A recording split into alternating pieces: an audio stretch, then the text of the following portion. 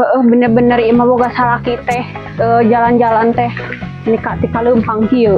Aku kudu kumaha tuh pangaranna jalan-jalan. Atuh kena motor udah capek. Geus atuh suka ngomong anu urang ka dieu we. Mang di dieu.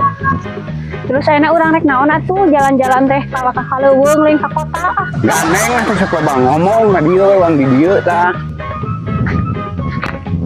Geus ayeuna mah urang di dieu.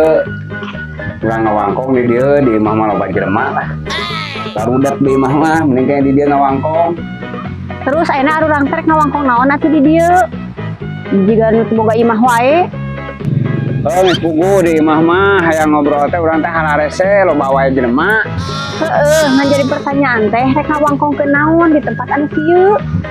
Nya naon we ngobrol mah, da loba obrolkeun mah. Pang nama ngobrolkeun teh masalah urang. Terus aya masalah naon atuh dina rumah tangga arurang? Da perasaan ya mah teh nyeun masalah? Urang teh rek ngobrolkeun masalah hubungan intim urang. Pan akang teh geus meuli jamu-jamu.